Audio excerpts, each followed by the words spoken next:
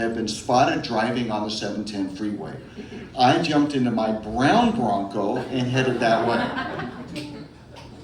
Now, the driver's side door on my Bronco was a darker brown than the rest of the car because 2 weeks beforehand, I had flung open the door in the path of an oncoming city bus, so I got the door replaced.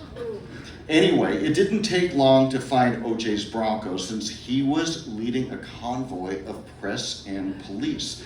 You have seen the world-famous video of the freeway chase. OJ was on his way back to his mansion in Brentwood, and the world stopped to watch. And I'm sure if you look really carefully at the video, you can see me 10 vehicles behind OJ and my light brown Bronco with the dark brown door.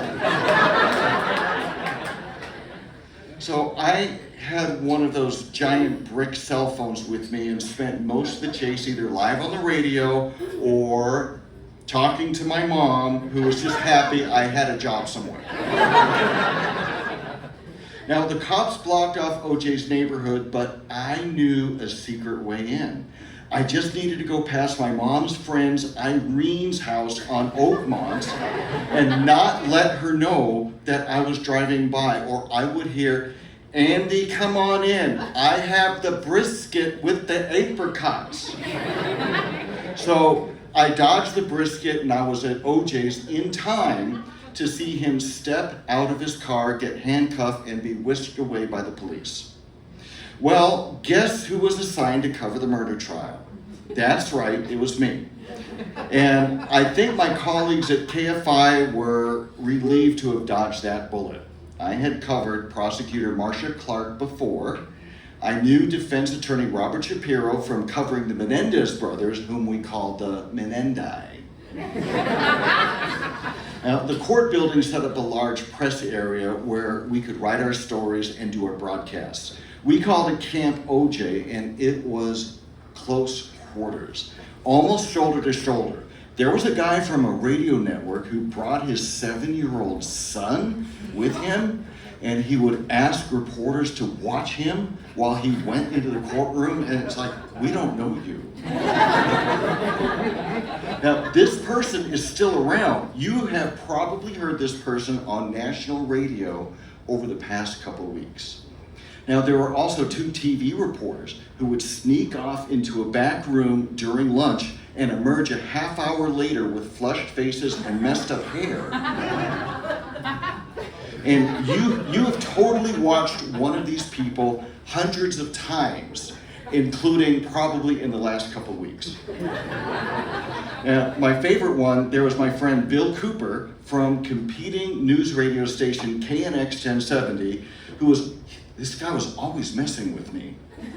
Once when I was reading my news script live on the air, just kind of like this, I was outside the courthouse, he walks up to me, pulls out his lighter, lights my script on fire, and walks away. And I'm putting out flames with my hand like this while finishing up my 3 p.m. report. And I got it perfect.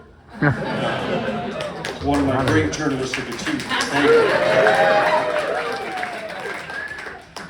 Now, OJ's legal team was incredible. Robert Shapiro, along with genius Johnny Cochran, Robert Kardashian, Kim, Chloe, Courtney, and Rob's dad, and others.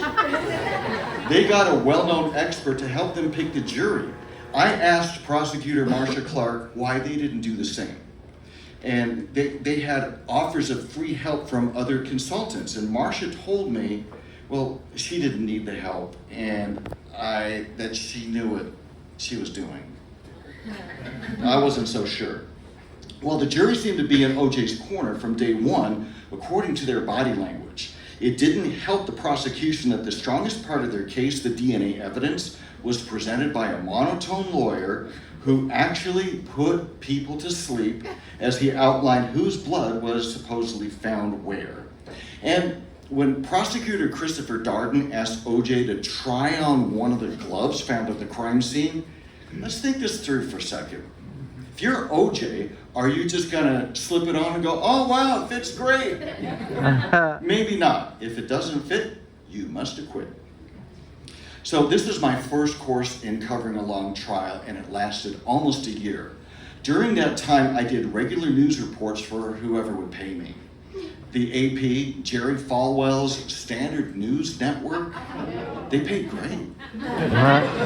Radio stations in Washington, D.C. and Portland, Oregon, and Q101 here in Chicago. I had regular segments for the Lance and Stoley Show, which I don't know if anybody remembers, this was before Mankel was on the air. Well, around that time, the Jenny Jones TV show was airing from the NBC tower. Who remembers Jenny Jones? Nikki, that's your aunt, right? Yeah. That's Nikki's aunt. Well, she was one of the first tabloid-style TV talk hosts, and one of the most famous segments involved two friends from Michigan.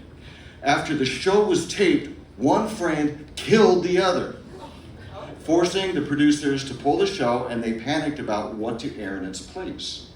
Now, someone there had heard me on Q101 and called me to ask if I would fly to Chicago and talk about OJ on their show. And I'd never been here before, and I thought it would be super fun. So they booked me at the Executive Plaza Hotel on Wacker. That's the hotel that later became the Royal Sonesta, where they filmed The Dark Knight in 2008. Now, as soon as I stepped out of the hotel and saw Michigan Avenue, I was hooked on Chicago. As I explored the city for a few hours before my appointment with Jenny Jones and TV Destiny, it dawned on me that I had to be here, and it wasn't just the Garrett's popcorn.